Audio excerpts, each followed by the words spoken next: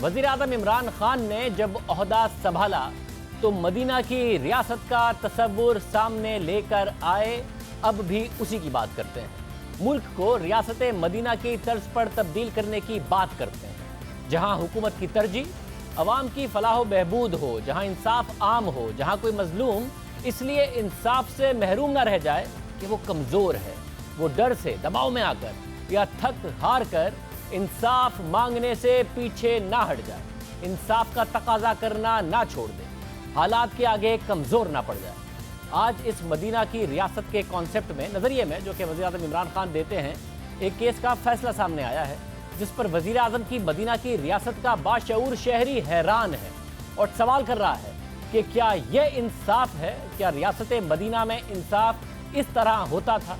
वो केस सानह साहिवाल का है जिसमें सीटीडी एहलकारों ने साहिवाल के करीब जीटी रोड पर एक गाड़ी पर अंधाधुंध फायरिंग की, जिसके नतीजे में खलील नामी शख्स, उसकी अहलिया, बेटी और मोहल्लेदार ज़ीशान जाँ बहक हुए और मकतूल खलील के 3 बच्चे जख्मी हुए। इस वाक़े की कई वीडियो सामने आई जिसमें देखा गया कि किस तरह सीटीडी एहलकारों ने अंधाधुंध फायरिंग की थी। ये वाक़या रवा साल 19 जनवरी को पेश आया। 9 माह इस मुकदमे में जिरा होती रही और आज इस मुकदमे का फैसला सुना दिया गया।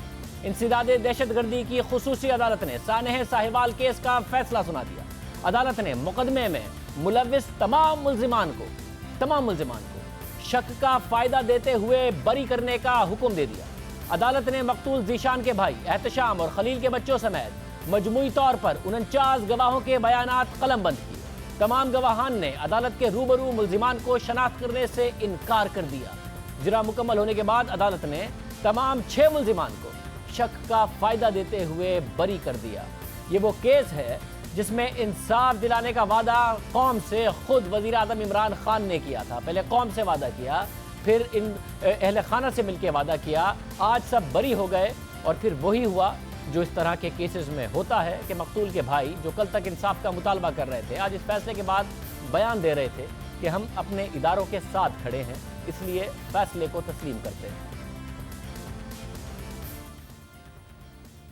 मेरा नाम मोहम्मद जलील है, मैं सानह साहिवाल का मुद्दई हूँ।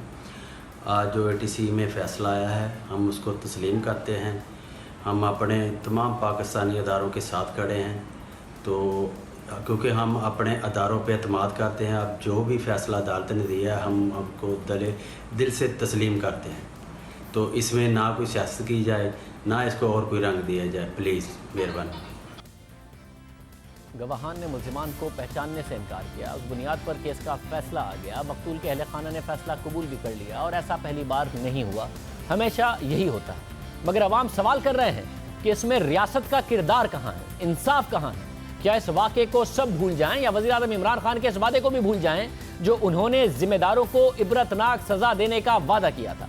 जब यह वाक़या पेश आया था उसके 2 दिन बाद अपनी ट्वीट में वज़ीर आज़म इमरान खान ने कहा था कि साहिवाल वाक़े पर अवाम में पाया जाने वाला गम और गुस्सा बिल्कुल जायज़ है।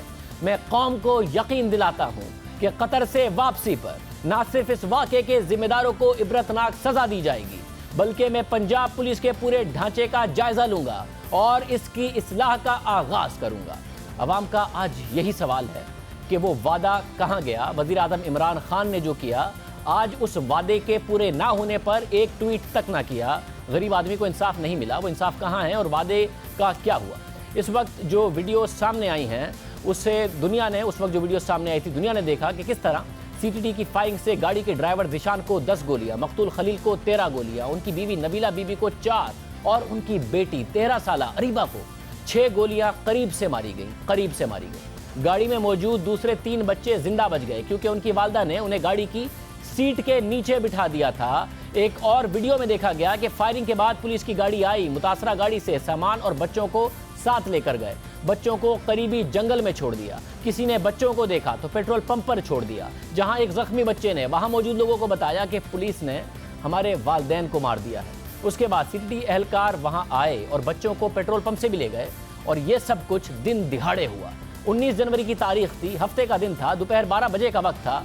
मकतूल खलील अपनी बीवी और बच्चों के साथ शादी में जा रहे थे, लेकिन सीटीडी का निशाना बन गए।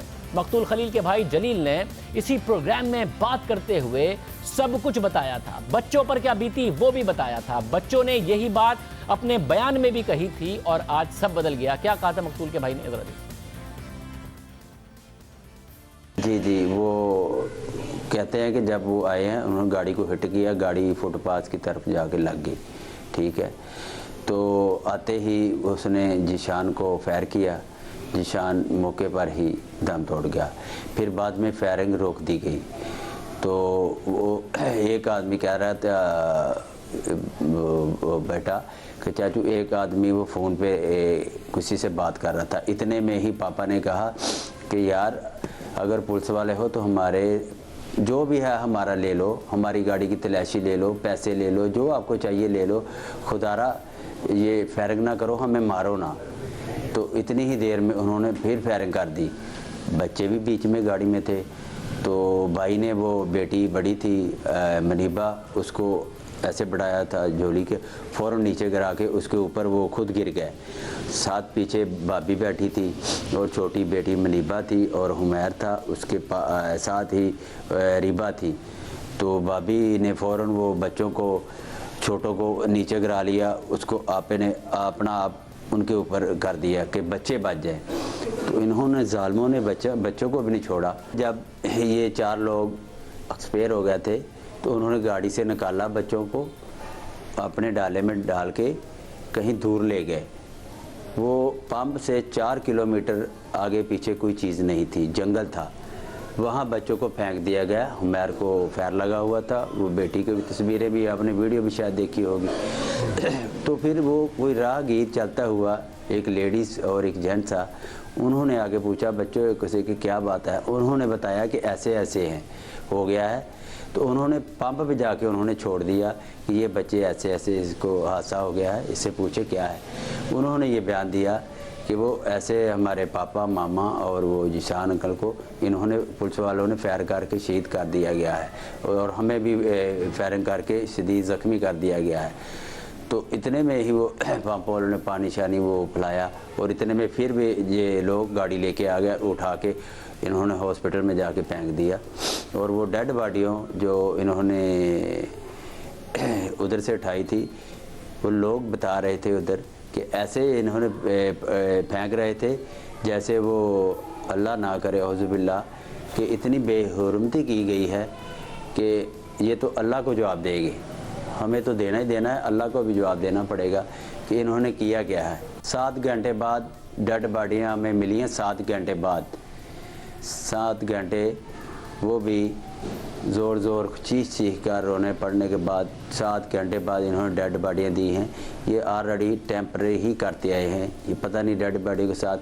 اور جو چھوٹی غریبہ تھی اس کے کال کے بالیاں تھی ایسے اس نے ان درندوں نے کھینچی ہیں، اس کے کان جو وہ ایسے کر کے وہ سارے وہ نوچ لیے تھے کہ وہ بھی دیکھنے کے قابل نہیں تھے۔ خوف وہ ڈر ہے، وہ کہتے ہیں بار بار چاچو میرے بڑے بھائی کو بڑے پاپا کہتے ہیں، بڑے پاپا ماما، تو پاپا اور آپ ہی کدھر ہیں، ان کو لا کے دو، ہم تو شادی پہ جا رہے تھے تو ہم تو رستے سے واپس آ گئے ہیں۔ دیکھیں جو بیان بچے نے پہلے دن سے دیا ہے آج بھی اس کا بیان وہی ہے۔